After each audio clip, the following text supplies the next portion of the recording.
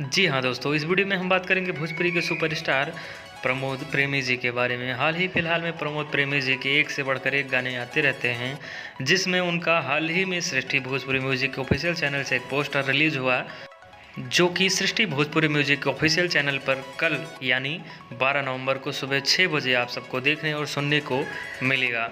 तो प्रमोद प्रेमी फैंस के लिए एक बहुत बड़ी अपडेट है। आप लोग फिर से एक बार रेडी हो जाइए, बहुत बड़ा धमाका होने वाला है भोजपुरी के सुपरस्टार प्रमोद प्रेमी जी का। जी हाँ दोस्तों, सबसे बड़ी अपडेट हम आप सबको बता रहे हैं कि भोजपुरी में एक बार फिर तहलका मचाने के लिए प्रमोद प्रेमी जी लेकर के आ रहे हैं सृष्टि भोजपुरी म्यूजिक पर यह एल्बम।